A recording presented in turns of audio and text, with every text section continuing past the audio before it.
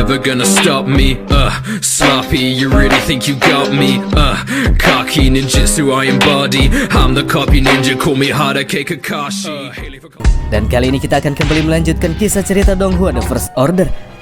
Buat teman-teman yang belum nonton cerita sebelumnya, silahkan dilukit-lukit dulu guys, karena kita akan langsung menuju ke jalur ceritanya. Bumi di masa ini merupakan tempat yang sangat kacau. Hal ini disebabkan karena perang nuklir yang terjadi pada 200 tahun yang lalu yang menyebabkan umat manusia hampir berada di ambang kepunahan. Tentu saja bertahan hidup di era ini sangat sulit. Namun kendati demikian, para manusia masih bisa mencoba untuk tetap bertahan dengan harapan agar situasi mereka bisa pulih secara bertahap. Untuk bertahan dari serangan para monster dan binatang buas yang mengalami mutasi, umat manusia telah membangun tembok benteng penghalang yang hingga saat ini jumlahnya telah melebihi 100 buah benteng yang tersebar di segala tempat. Yang artinya benteng 113 hanyalah satu dari sekian banyaknya benteng yang telah dibentuk oleh umat manusia. Benteng 113 sendiri berlokasi di daerah sekitar zona barat daya, yang di sekitar wilayahnya juga masih terdapat beberapa benteng yang lainnya.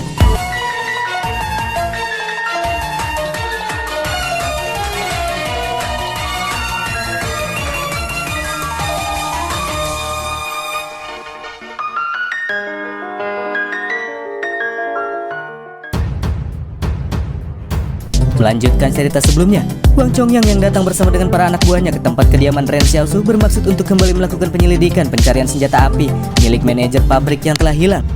Chongyang tidak akan berhenti melakukan penyelidikan ke seluruh rumah para warga kaum marginal sebelum ia berhasil menemukan siapakah pencuri dari senjata api tersebut. Xiaosu yang mengenakan bendera bertuliskan Luolan atau Bos Luo juga sama sekali tidak membuat Chongyang merasa ngeri, dan bahkan jika Xiaosu ingin melaporkan perbuatan Chongyang kepada Bos Luo, itu juga tidak masalah baginya, sebab yang para tentara sipil lakukan kali ini adalah tugas penting di mana mereka harus menangkap seseorang yang telah dianggap sebagai kriminal.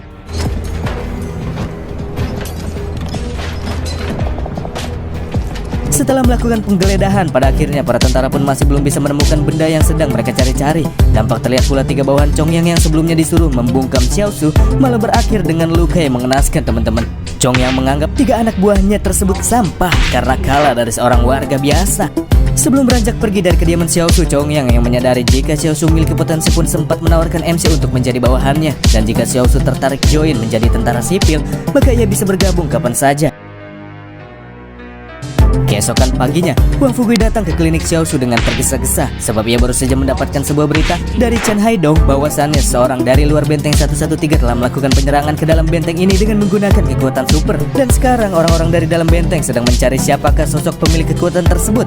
Wang Fugui sendiri tidak menyangka bahwa terdapat pemilik kekuatan super yang berasal dari tempat pengungsian ini. Berita yang disampaikan oleh Fugui membuat Xiaosu merasa sedikit was-was sambil dirinya menatap ke arah sebuah rumah warga.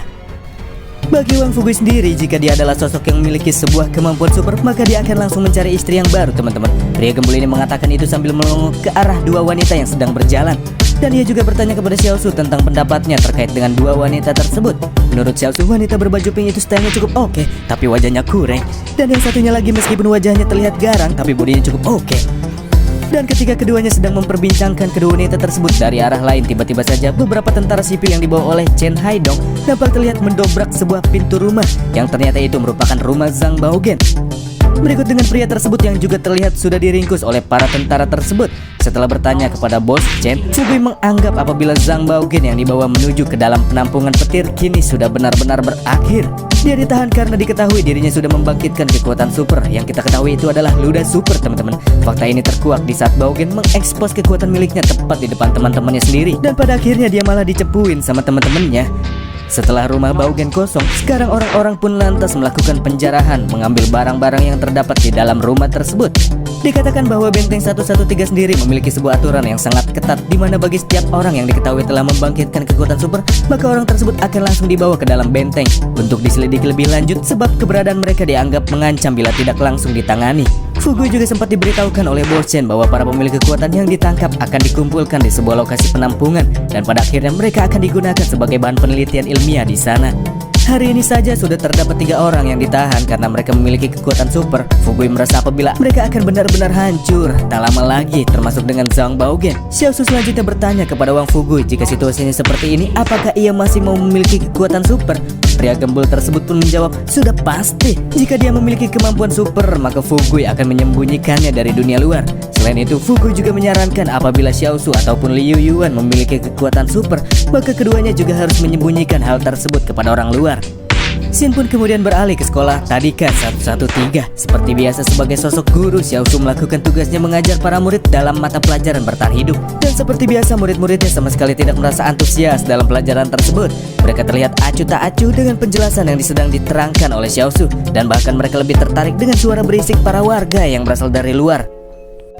Xiaosu yang merasa jengkel dengan para muridnya pun pada akhirnya menyudahi kelas dan memulangkan murid-muridnya lebih awal.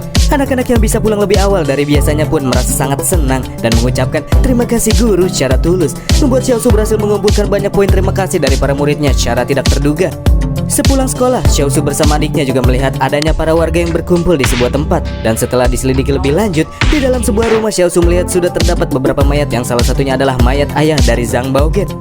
Sedangkan sisanya adalah mayat dari orang-orang yang telah melaporkan kepada penampungan petir bahwa Baogen sudah membangkitkan kekuatan supernya. Oleh sebab itulah, ayah Baogen melakukan balas dendam yang pada akhirnya mereka semua berakhir tewas.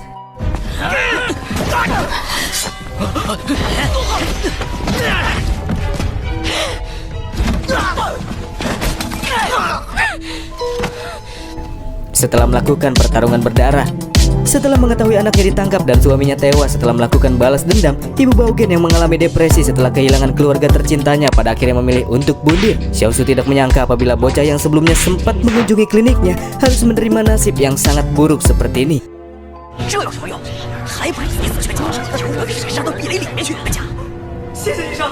Dan kemudian tak lama berselang, Pak Mr. Zhang pun datang sambil mengomeli para warga yang berkumpul dan malah bergosip ketika di depan mata mereka telah terjadi sebuah tragedi yang mengenaskan.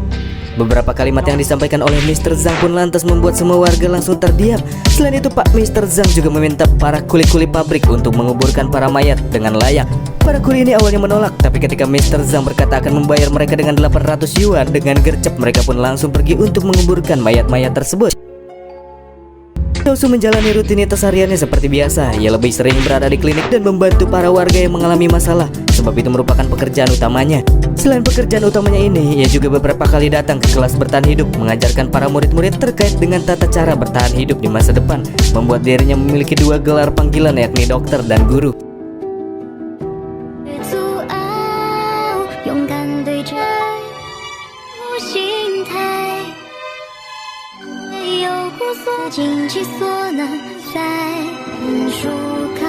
Setelah mendapatkan ucapan terima kasih dari para warga yang berkunjung ke klinik dan para murid-muridnya, Xiaosu kini sudah berhasil mengumpulkan total 73 buah ucapan terima kasih yang tulus. Dalam side mission ini, selain mendapatkan koin emas yang bisa ditukarkan dengan item-item ajaib, setelah menyelesaikannya ia juga akan mendapatkan sebuah hadiah berupa senjata yang masih belum diketahui. Pada suatu ketika, di saat Xiaosu baru saja selesai mengajar di sekolahnya, tiba-tiba saja datang Wang Fugui secara terburu-buru, sebab ia membawa sebuah kabar yang kurang cukup mengenakan bagi MC. Sebab Fugui baru saja mendapatkan berita bahwasannya penyanyi dari penampungan petir alias Luo Xinyu akan kembali melakukan perjalanan ekspedisi yang sebelumnya sempat terhenti di tengah jalan. Dan entah bagaimanakah caranya, wanita tersebut berhasil meyakinkan bos Luo apabila Xiaosu diperbolehkan untuk menjadi pemandu dalam perjalanan yang akan dilakukan untuk selanjutnya, menyebabkan Xiaosu mau tidak mau akan menjadi guide selama melewati hutan belantara. Setelah menerima kabar tersebut, Xiaosu selanjutnya kembali ke sekolah, di mana dirinya meminta kepada Pak Mr. Zhang untuk memperbolehkan adiknya serta Li Xiaosu tinggal di sekolah untuk sementara waktu. Setelah melihat kejadian Baogen sebelumnya, Xiaosu sadar apabila hidup dan mati para pengungsi pinggiran seperti mereka itu ada di tangan orang-orang dari dalam benteng. Dan jika ia tidak menuruti orang-orang dari dalam benteng untuk ikut dalam perjalanan yang akan tiba, Xiaosu khawatir ke depannya ia akan menerima banyak masalah yang berkaitan dengan orang-orang dari dalam benteng. Oleh sebab itulah ia tidak bisa menolak menjadi seorang guide. Meskipun hutan belantara itu sangat berbahaya, namun Xiaosu yakin akan kemampuannya. Ia merasa meskipun orang-orang yang akan pergi bersamanya bisa saja mati, namun Xiaosu percaya kalau ia akan baik-baik saja. Setelah mendengar penjelasan Xiaosu, Pak Mr. Zhang pun memperbolehkan Liu Yuan dan Onesan untuk tinggal di sekolah sementara waktu, membuat keduanya kini berada di bawah pengawasan Mr. Zhang. Dan sebagai imbalannya, Xiaosu di sini memberikan 5.000 yuan kepada Pak Mr. Zhang, hitung-hitung buat jagain adiknya sama Onesan. Akan tetapi Pak Mr. malah menolaknya dengan alasan kalau dia adalah seorang guru. Jadi dia tidak bisa menerima uang karena yang akan ia urus adalah muridnya sendiri. Namun Xiaosu masih tetap kekeh untuk memberikan uang tersebut kepada Pak Mr. Dan pada akhirnya Pak Mr. hanya akan menerima 1.000 yuan saja, hitung-hitung buat bayar sewa menginap. Setelah melakukan pertemuan dengan Pak Mister, Xiaoshu yang pulang ke rumahnya langsung berkemas pakaian adik dan juga Onesan yang akan segera dititipkan kepada Pak Mister di malam itu juga. Sedangkan masalah klinik akan dititipkan kepada Wang Fugui selama Xiaoshu tidak ada di sana. Sempat pula Xiaoshu meyakinkan adiknya yang merasa khawatir, mengatakan bahwa perjalanannya kali ini itu tidak berbahaya. Dia juga berjanji akan segera pulang secepat mungkin. Dan bahkan jika memang perjalanan tersebut dirasa sangat berbahaya, Xiaoshu juga berjanji akan meninggalkan mereka semua dan pulang lari sendirian. Karena Xiaoshu merasa perjalanan ke hutan belantara itu tidak terlalu membutuhkan uang, maka ia akan menitipkan uang yang ia punya kepada Li Xiaoyu. Dan di sini Li Xiaoyu juga menyarankan kepada Xiaoshu untuk membawa beberapa kue, karena menurut wanita ini menemukan makanan di hutan belantara itu sangat sulit. Akan tetapi Xiaoshu takkan membawa kue tersebut sebab Onesan dan adiknya dirasa lebih membutuhkannya. Selain itu, dengan pengalaman bertahan hidup MC selama ia berada di alam liar, mencari makanan itu takkan menjadi hal yang sulit baginya. Jadi tak membawa makanan pun takkan menjadi masalah yang besar. Setelah Xiaoshu mengantarkan adiknya dan Onesan, ia pun lantas cabut kembali ke klinik. Di saat itu pula Liu Yuan bertanya kepada Onesan apakah ia mengetahui alasan mengapa Xiaoshu menyerahkan uangnya kepada wanita tersebut. Dan yang wanita ini tahu jika uang tersebut diserahkan kepada Liu Yuan, tentu saja itu akan membuat posisi Liu Yuan menjadi terancam. Selain itu, Onesan juga meyakinkan Liu Yuan apabila ia takkan melarikan diri dan kabur sambil membawa uang tersebut dan meninggalkan Liu Yuan begitu saja. Dan ternyata benar saja, keesokan paginya di kediaman Ren Xiaoshu sudah didatangi oleh Xin Yu bersama dengan Wang Chongyang. Bersama dengan itu, Xiaoshu juga mendapatkan sebuah misi yang memintanya untuk menolak pergi ke Gunung Jingsan sebagai guide. Dan koplaknya, Xiaoshu malah bertingkah seperti orang gangguan mental yang nyanyi-nyanyi gak jelas, teman-teman. 叫爷爷，爸爸的爸爸的妈妈叫奶奶。 Wang Chongyang yang tahu kalau bocah tersebut sedang berpura-pura pun langsung menghampirinya. Dan di saat yang sama, sebelum Chongyang mengutarakan maksud kedatangannya, Xiaoshu berkata jika ia menolak untuk pergi, menyebabkan misi yang ia dapatkan langsung terselesaikan dengan EZ. Dan sebagai reward, Xiaoshu memperoleh sebuah kertas pembelajaran skill. 我不去，任务完成，你不去怎么？我去。 可学习他人能力。 Agar Ren Xiaoshu mau pergi menjadi guide menuju hutan belantara, pada akhirnya si nona penyanyilah yang harus turun tangan. Wanita ini menyampaikan bahwa Xiaoshu diharuskan untuk pergi dan dia tidak boleh melakukan penolakan. Sebab bos Luo sudah memberikan izin akan hal ini. Dan bila Xiaoshu masih tetap bersikeras untuk menolak pergi, maka ia akan segera kehilangan tempat tinggalnya alias klinik ini. Dan bahkan ia juga bisa tidak diterima lagi untuk bisa menetap di dalam kota. Dengan santai, Xiaoshu pun akan menerima tawaran untuk menjadi guide. Namun dia memiliki beberapa syarat, yang salah satunya ialah pembayaran yang harus ia terima itu sebesar 30.000 yuan. Jika jumlah tersebut dirasa terlalu banyak, Xin Yu bisa saja membayar MC sebanyak 10.000 yuan. Akan tetapi sisanya harus diganti dengan sembako seperti 10 kantong garam, 10 batang rokok, dan 100 kg beras. Di mana sembako yang disebutkan oleh Xiaoshu itu merupakan barang-barang yang sangat langka. Karena itu sangat sulit untuk bisa didapatkan, si nona akhirnya setuju dengan 30.000 yuan saja. Selain itu terdapat syarat lainnya, di mana Xiaoshu tidak menginginkan Wang Chongyang untuk ikut dalam perjalanan mereka. Dan Luo Xinyu pun menyetujui permintaan yang satu itu. 可以，王宗阳，你回去吧。其实你有点意思，你也不想去，对吗？ Ekspedisi untuk membawa Luo Xinyu menuju benteng 112 ini akan dilakukan di hari itu juga. Karena selama perjalanan mereka akan menjadi rekan satu tim, Xiaoshu di sini berinisiatif meminta kepada semua orang saling mengenal satu sama lain sebelum keberangkatan mereka. Atas perkataan Xiaoshu, seorang pria yang terlihat sok higienis bernama Liu Min menyampaikan bahwa dia tidak mau kenalan dengan Xiaoshu yang ia anggap cuma seorang guide, bukannya rekan. Tak lama berselang muncul pula seorang tentara letnan 2 bernama Xu Xianju, dan dialah yang akan menggantikan Wang Chongyang dan menjadi pemimpin dalam ekspedisi kali ini. Mencoba cari muka, Liu Min pun langsung memperkenalkan dirinya sebagai agen dari nona penyanyi Luo Xinyu. Di arah lain diperkenalkan pula Yang Xiaojin, si wanita bertopi yang merupakan teman dari Luo Xinyu, serta Xiaoshu yang akan menjadi pemandu perjalanan. Dan setelah saling mengenal satu sama lain, mereka pun berangkat.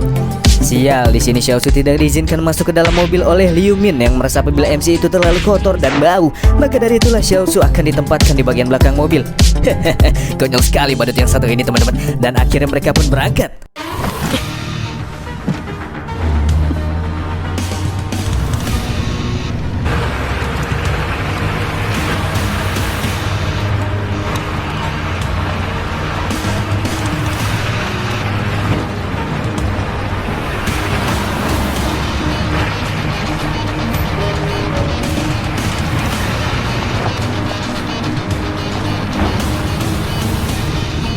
Bergeser ke sekolah, kita akan diperlihatkan dengan Liu Yuan yang meriang. Dan iya, hal ini disebabkan karena ia baru saja menggunakan kekuatan supernya dengan harapan agar sang kakak baik-baik saja selama perjalanan. Faktanya beban yang harus ditanggung oleh sang adik akan cukup berat sebab perjalanan Xiaosu sangatlah berbahaya. Karena selanjutnya akan ada makhluk yang sangat ditakuti oleh para manusia di era ini dan menghalau perjalanan Xiaosu, dan mereka adalah para kelompok serigala.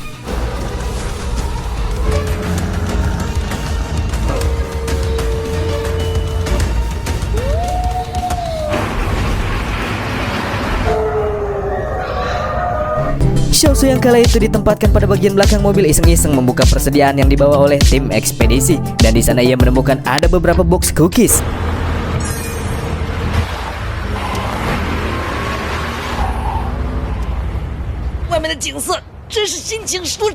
Tak berselang lama, tim ekspedisi pun berhenti di pertengahan jalan. Mereka selanjutnya akan singgah di tempat ini sebentar untuk istirahat dan makan sebelum kembali melanjutkan perjalanan. Ketika Liu Min bermaksud untuk mengambil persediaan makanan yang akan dibagikan kepada para tentara bayaran, tanpa diduga-duga dirinya malah dibuat tercengang ketika melihat Xiaosu yang dengan santainya sedang makan kue. Apalagi MC di sini sudah makan 5 bungkus, padahal perjalanan mereka baru saja dimulai. Dan dengan wajah tak bersalahnya, Xiaosu di sini menjawab itu salah Liu Min sendiri karena tidak mengizinkannya masuk ke dalam mobil. Di saat yang sama, Xiaosu mulai merasakan perasaan yang aneh, dan itu disebabkan karena Xiaosu merasa ingin muntah, tapi muntahnya dari bokong, guys. MC mengatakan kalau dia ingin pergi sebentar buang air besar ketika para tentara bayaran sedang makan, membuat selera makan para tentara bayaran ini menjadi berkurang. Setelah menyaksikan perbuatan Xiaosu yang sudah memakan terlalu banyak persediaan makanan padahal mereka belum pergi terlalu jauh, membuat seorang tentara bayaran merasa apabila Xiaosu lebih baik ditempatkan di dalam mobil saja, karena takutnya bila Xiaosu tetap ditempatkan di bagian belakang mobil, maka makanan mereka akan segera habis di tengah jalan olehnya. Karena Liu Min tidak mau Xiaosu ada di dalam mobilnya, pada akhirnya Xiaosu pun direncanakan akan naik ke dalam mobil tentara tersebut. Dan iya, ketika kembali setelah selesai buang air besar, Xiaosu dipaksa untuk masuk ke dalam mobil oleh para tentara bayaran. Padahal di sini Xiaosu masih ingin tetap berada di bagian belakang mobil bersama kue-kuenya. Dan dengan demikian perjalanan pun kembali berlanjut. Selama perjalanan mereka sempat pula Liu Min menyarankan kepada si nona penyanyi agar mereka mengganti guide dengan guide yang lainnya, karena mereka sekarang belum pergi terlalu jauh. Jadi Liu Min merasa kalau mereka masih memiliki waktu untuk putar balik dan mengganti guide mereka. Akan tetapi si nona menegaskan bahwa tidak ada guide yang bisa membawa mereka melalui Gunung Jingsan selain Xiaosu, jadi mereka tidak perlu menggantinya. Namun Liu Min masih menganggap apabila Xiaosu itu adalah orang yang memiliki kelakuan buruk sehingga membuatnya tidak cocok untuk dijadikan sebagai guide. Pria ini juga percaya bahwa masih terdapat orang yang lebih cocok untuk dijadikan sebagai pemandu perjalanan mereka, dan menurutnya masih terdapat orang yang lebih layak dan mereka bisa merekrut guide dari seseorang yang berasal dari 6 pabrik di dalam kota. Tapi si nona kembali menyangkal perkataan Liu Min karena baginya tidak ada orang lain di kota yang cocok dijadikan sebagai guide dalam perjalanan yang dipenuhi oleh mara bahaya ini. Dan bila Liu Min memang memiliki masalah pribadi dengan Xiaosu, si nona berkata apabila Liu Min boleh melakukan apapun kepada Xiaosu setelah mereka tiba di benteng 112 nantinya. 112闭了回来，你想怎么处理他都可以。 Kita beralih ke mobil lain, tempat di mana Xiaosu kini sedang duduk di antara 2 orang tentara bayaran pribadi bertubuh kekar. Di sini Xiaosu diceramahin abis karena dia baru saja menghabiskan persediaan makanan dalam jumlah yang terlalu banyak. Seorang tentara berkata apabila Xiaosu tidak boleh menabrak batu dengan telur. Ini merupakan sebuah kata-kata idiom yang sering digunakan orang-orang Cina, teman-teman. Tentara bayaran tersebut juga bertanya kepada Xiaosu, siapakah yang akan hancur terlebih dahulu ketika telur bertabrakan dengan batu? Dan dengan jawabannya leneh, MC pun mengatakan jika yang akan hancur terlebih dahulu adalah hati induk ayam karena dia harus kehilangan telurnya.